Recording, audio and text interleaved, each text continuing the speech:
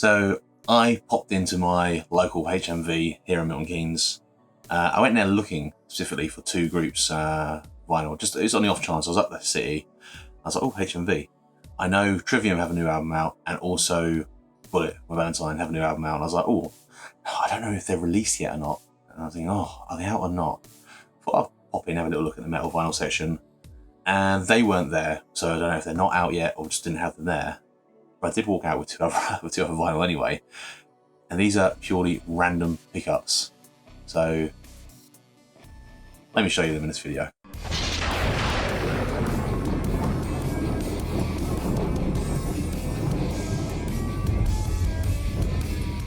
What's up, dudes and dudettes, all you awesome people?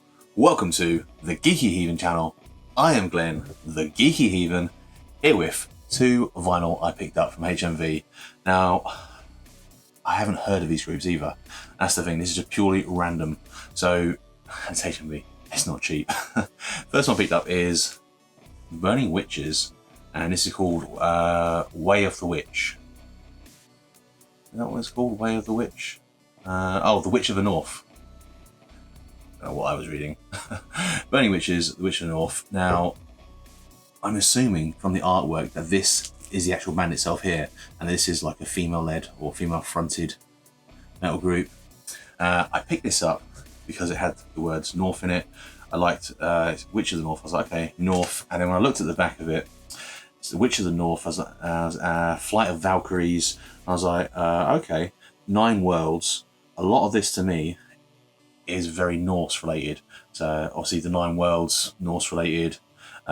This is a Witch of the North. I was like, okay, North, Flight Valkyries. Now I'm a sucker for anything, as a heathen, I'm a sucker for anything that's Norse and North related. So I thought I'd pick this up. And I got this is a black vinyl, Nuclear Blasts. It is a gatefold, so I am not going to be able to keep these hype stickers. Unfortunately, the black vinyl hype sticker. Shame the way we do that, but I'm not really that fussed, to be honest with you. Let's open this up and have a look at this one. Okay, okay, so it's not. I've seen people have this happen before. It's actually loose. It's not in where it should be. It's not fussed. I'm not fussed. I'm gonna take it out anyway. Is anything else in there? No. Oh wow. So definitely is an all-female group. There they are. In what I call a stereotypical metal pose, out in the woods or out in the snow somewhere. I really like this, the way it's got the lyrics on here, lyrics on each side. The artwork is really nice. This open out gatefold is really nice. It is. Oh, this is double-sided gatefold. I wonder if there's 2 in here then. There are 2. Nice. I didn't really notice. Stickers are all going to be the same. Oh, similar. So the label on the inside there, they're all very similar. They seem to have the logo and slightly difference of the art itself. Yeah. Oh, this one's got a dragon ship on it, and Norse dragon ship on it, with lightning in the water. Really intrigued as to how this is. I like these. These are the ones with the plastic, sort of the anti-static. I believe that's what they call them, anti-static sleeves. The Witch of the North. Looking forward to giving that a listen to. And then the other one I picked up, this one is a nice one. This is a coloured one. I haven't seen it yet. This here is Heathen, and it is Vanganda. Heathen Vanganda. Now, you can probably guess why I picked it up, as you can tell by this little sort of Norse titles there. Also on the front here, as you can see, that is the Fenrir Wolf. And again, this group to me seems like very heathenly related. I haven't heard of them again, so I was very interested to see what this is. And this actually, I believe this is a very new one. This has got a date on it somewhere, 2021. So it's very new. I do not believe this is English because of the names of the titles. Dom Deb Eyeld, Undergandens, Lankar, Rotter, and Fredelos. So I'm assuming it's not going to be in English, but I don't mind that. I listen to a lot of different groups, and if you look at the sticker here, they've put a sticker over this, which is absolutely ridiculous. Of all the places to put a sticker, if I was someone who wanted to keep a hype sticker, I would be annoyed that HMV have put this 75p sleeve over it and the late price level over this, where it tells you about the long-awaited new album, Three Thing, and it says marbled multicolour, and then I can't see because it's behind it, silver and bronze print or something, an exclusive gatefold with inlay sheet. So it's already started to be torn open down here. I'm looking forward to seeing what this marble record looks like. Actually, the artwork looks a lot nicer now that that's off there. Have a better look at it again. Really like that.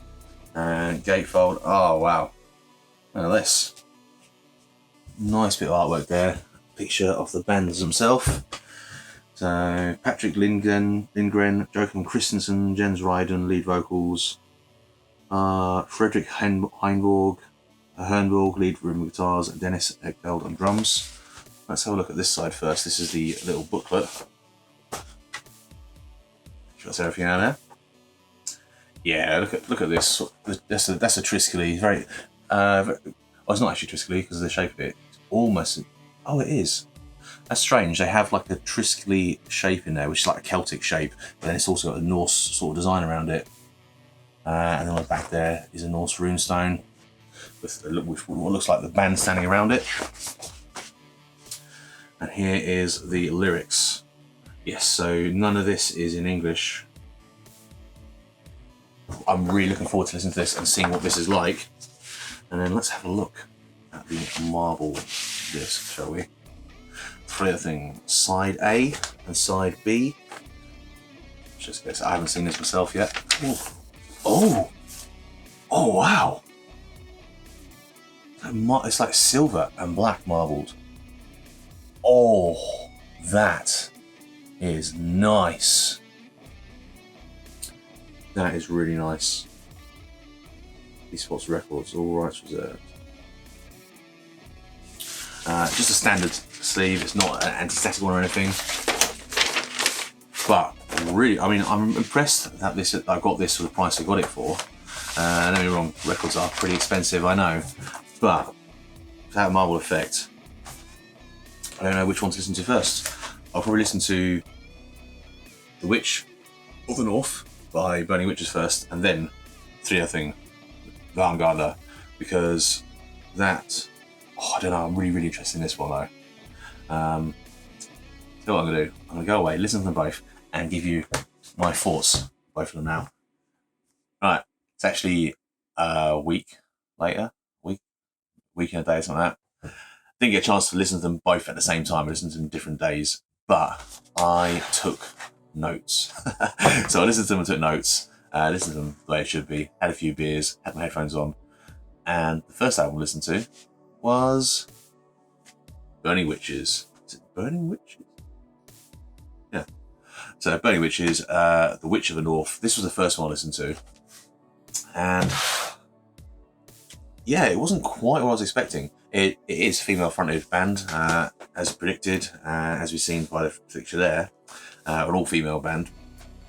Now, when it first started, it started off like I had like an intro song, one of these sort of slow intro songs, and it was very much like a folk hymny like intro, and it was very slow. Like even the music was very slow to start off with. I mean, I had to check that it was 33 RPM. I was like, oh, this doesn't sound right. It sounded like slowed down.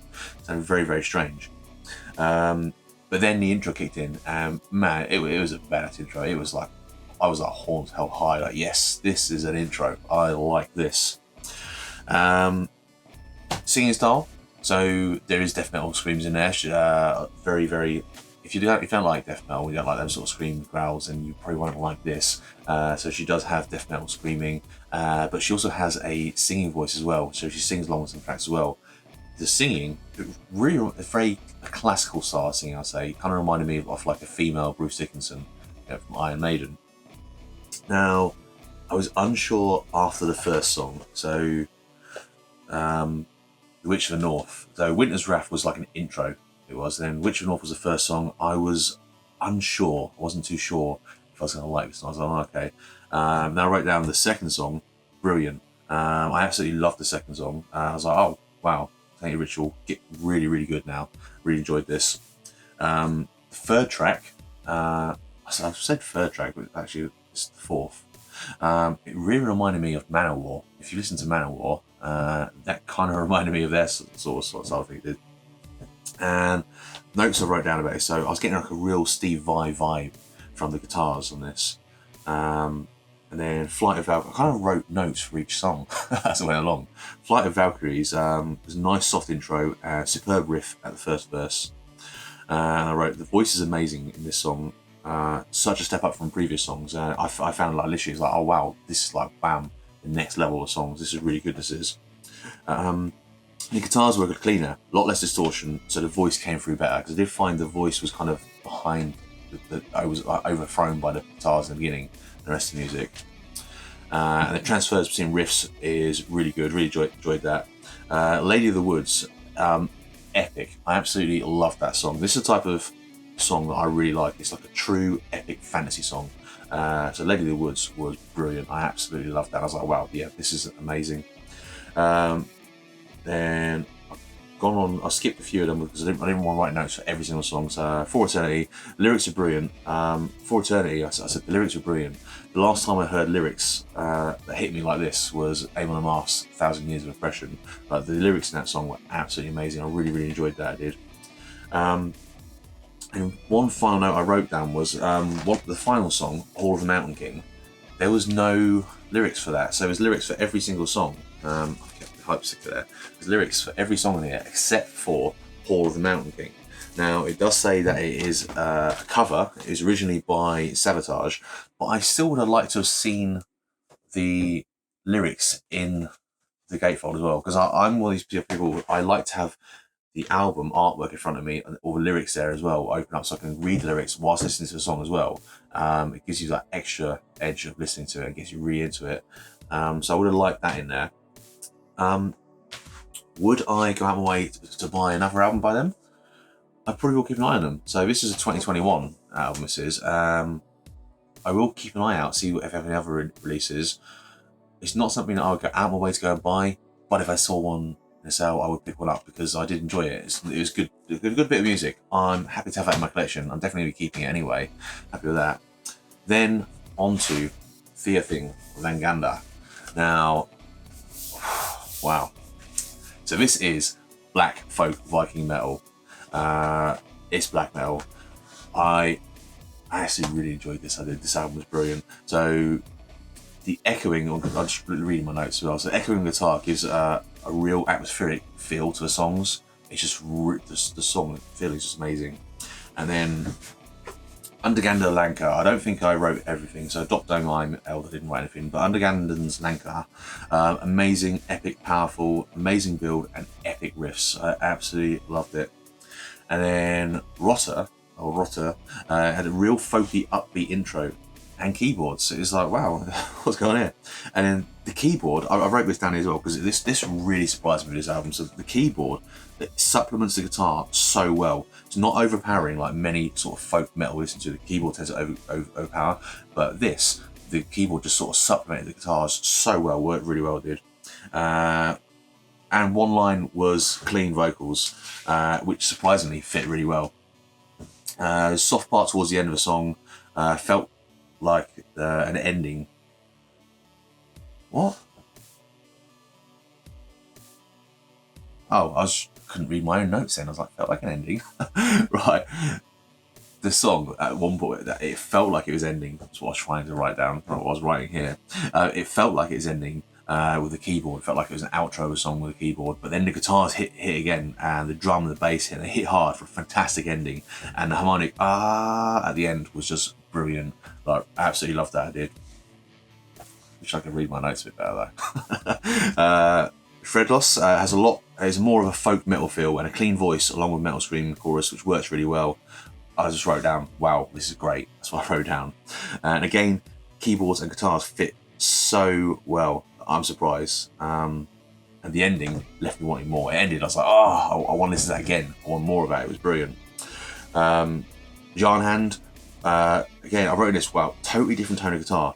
It feels more melodic death metal to me, it did. and black. The guitar tone was epic, and it had me headbanging along. It really reminds me of early Amon Amarth with black metal vocals, and I just really enjoyed that. I wrote there's almost a string sound to this, which must have come from the keyboard. It sounds like almost like a string background sound to it.